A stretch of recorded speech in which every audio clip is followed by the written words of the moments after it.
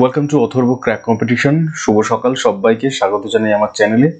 এবং আজকে আরেকটি ডেইলি জিকেসের 10টা কোশ্চেনের, এবং এই 10টা প্রশ্নের মধ্যে তুমি কতগুলো প্রশ্ন পাচ্ছ সেগুলো তুমি দেখো র্যাপিড ফায়ারের মাধ্যমে। এবং তুমি যেই পরীক্ষার জন্য প্রিপারেশন করো না কেন, এইগুলো কোয়েশ্চেন্সগুলো বেছে বেছে খুব স্ট্যান্ডার্ড কোয়েশ্চেন আমি এনেছি, খুব তাড়াতাড়ি দেখতে পারো। তো প্রথম প্রশ্নটা বলছে, নিচের কোনটি সঠিকভাবে মিলছে না?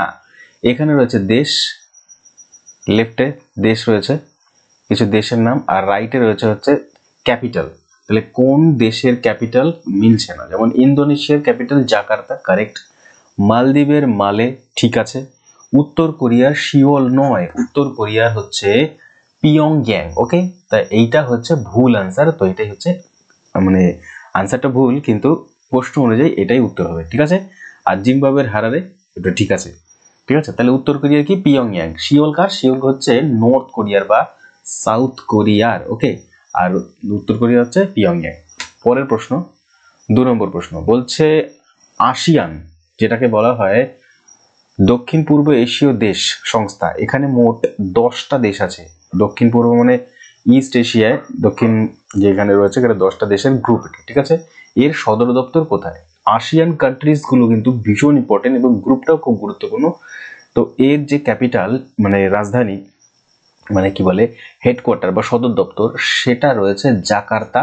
জাকার্তা একটু আগে দেখলাম ইন্দোনেশিয়ার ক্যাপিটাল, ঠিক আছে। সেখানেই রয়েছে আসিয়ানের হেডকোয়ার্টার। পরবর্তী প্রশ্ন বলছে, বিশ্বের সবচেয়ে জনবহুল শহর কোনটা? স্টার দেবে, অনেকেই হয়তো জানো কোশ্চেনটা, যারা না জানো অ্যাটেম্প্ট করবে। টোকিও জাপানের, নাকি ফ্রান্সের প্যারিস, পিকিং, পিকিং এর পুরো নাম হচ্ছে বেজিং, যেটা চায়নার ক্যাপিটাল, এবং হচ্ছে ইংল্যান্ডের লন্ডন। কোনটা হয়ে যাবে? অবভিয়াসলি দেখেই বুঝতে পারছো, পিকিং বা বেজিং নয়, Tokyo is the correct answer. Tokyo হচ্ছে বিশ্বের জনবহুল দেশ, এটা হচ্ছে 1 নম্বরে রয়েছে, ঠিক আছে। 2 নম্বরে রয়েছে হচ্ছে তোমার আমাদের ইন্ডিয়ার দিল্লি, ঠিক আছে। দিল্লি রয়েছে হচ্ছে 2 নম্বর জনবহুল দেশ পৃথিবীর মধ্যে, এবং 3 নম্বরে হচ্ছে পিকিং বা বেজিং। ওকে, 3 নম্বরে রয়েছে। পরের প্রশ্ন বলছে, জাতীয় তাপবিদ্যুৎ সংস্থা NTPC, NTPC national thermal power corporation কত সালে গঠিত হয়েছে? ভীষণ ইম্পর্টেন্ট কোয়েশ্চেন, খুবই গুরুত্বপূর্ণ প্রশ্ন। এই এনটিপিসি গঠিত হয়েছে 1965-তে নাকি 1975-এ? অপশন নাম্বার সি 1985, নাকি 1995? উত্তর হয়ে যাবে 1975, অপশন নাম্বার বি কারেক্ট। আর হেডকোয়ার্টার রয়েছে হচ্ছে নিউ দিল্লিতে, নিউ দিল্লি, ঠিক আছে। চলো, ভালো কথা। পরের প্রশ্ন বলছে 5 নম্বর, পৃথিবীর স্বর্গ বলা হয় কাকে? কোন উপত্যকাটাকে? তাহলে সবাই জানে, এটা একদম বাচ্চা বাচ্চা জানে, সোজা কোশ্চেন। কাশ্মীর উপত্যকাই হচ্ছে পৃথিবীর স্বর্গ।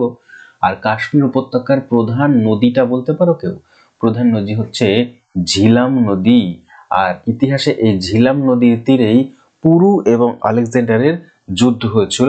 ঝিলামকে বিতস্তা নামেও চেনা হয়, বিতস্তা নামেও ডাকা হয়, ঠিক আছে। পরের প্রশ্ন, তো আরেকটা প্রশ্ন হয় এখান থেকে, যে কাশ্মীর উপত্যকা কোন দুটি পাহাড়ের মধ্যবর্তী অঞ্চল? কাশ্মীর উপত্যকা হচ্ছে গ্রেট হিমালয়, যেটাকে বলা হয় হিমাদ্রি, ও পীর পঞ্জাল, এই দুটো পর্বতশ্রেণীর মাঝখানের যেই সমভূমিটা বা উপত্যকা, সেটাই হচ্ছে কাশ্মীর উপত্যকা। কারেয়া মাটি দেখা যায় এবং সেখানে জাফরান চাষ হয়। 6 নম্বর কোয়েশ্চেন, পশ্চিমবঙ্গে এমপ্লয়মেন্ট ব্যাংক কবে চালু হয়? পশ্চিমবঙ্গের পরীক্ষা, পশ্চিমবঙ্গের কোয়েশ্চেন কিন্তু ভীষণ গুরুত্বপূর্ণ কোয়েশ্চেনটা হয়ে যাচ্ছে। তাই পশ্চিমবঙ্গের এমপ্লয়মেন্ট ব্যাংক চালু হয়েছিল বেশি দিনের নয়, 2012 সালে। 2012 সালে চালু হয়েছে, খুবই ইম্পর্টেন্ট কোয়েশ্চেন কিন্তু, ঠিক আছে। আচ্ছা, পরের প্রশ্ন বলছে, নিচের কোন দেশ এশিয়ান গেমসের আয়োজক হয়নি? এশিয়ান গেমসের আয়োজক হয়নি, ইন্টারেস্টিং। দেখো অপশনগুলো দেখো, অপশন এ বলছে ফিলিপাইন, অপশন বি বলছে থাইল্যান্ড, অপশন সি ইরান, নাকি অপশন ডি পাকিস্তান? তো সবাই জানি আমরা কে হতে পারে। পাকিস্তানি কোনোদিনও এশিয়ান গেমসের হোস্ট কান্ট্রি হয়নি বা আয়োজক হয়নি। আর এশিয়ান গেমসের প্রথম যে হয়েছিল এডিশনটা, সেটা হয়েছিল 1951 সালে, আর তার যে হোস্ট ছিলেন সেটা ছিলেন আমাদের ভারতবর্ষ। ওকে, দিল্লিতে হয়েছিল, এটা 1951 প্রথম এডিশন হয়েছিল, ফার্স্ট টাইম। মনিকা সেলস নিচের কোন খেলার সাথে যুক্ত? নিচের কোন খেলার সাথে যুক্ত মনিকা সেলস? উনি হচ্ছেন একজন টেনিস প্লেয়ার। ওকে, টেনিস প্লেয়ার হচ্ছে মনিকা সেল। তারপরের প্রশ্ন বলবো আমরা 9 নম্বর কোয়েশ্চেন। 9 নম্বর বলছে ভারত তার প্রথম অলিম্পিক হকিতে সোনা জিতেছিল কত সালে? সাল দেয়া আছে জায়গাটাতে। ভালো প্রশ্ন। অলিম্পিকেই প্রথম ভারত মানে অলিম্পিকে ভারতবর্ষ প্রথম সোনা জিতেছিল হকিতে, ঠিক আছে, মানে টিম, এটা টিম ওয়ার্কে। আর যদি বলে ইন্ডিভিজুয়ালি, তাহলে ইন্ডিভিজুয়ালি জিতেছিল হচ্ছে 2008 সালে, ঠিক আছে। চলো আমি হিন্টস দিলাম, তুমি বলবে কে জিতেছিল 2008 সালে ইন্ডিভিজুয়ালি। তারপরে 2020 যেটা অলিম্পিক সেটা হয়েছিল 2021 টোকিওতে, সেটা জিতেছিলেন হচ্ছে এটা হচ্ছে সেকেন্ড টাইম জিতেছিল, যেটা নীরজ চোপড়া জিতেছিল। ফার্স্ট কে জিতেছিল 2008-এ, নামটা আমাকে অবশ্যই কমেন্ট বক্সে জানিও, ঠিক আছে। চলো উত্তর ফিরে আসি।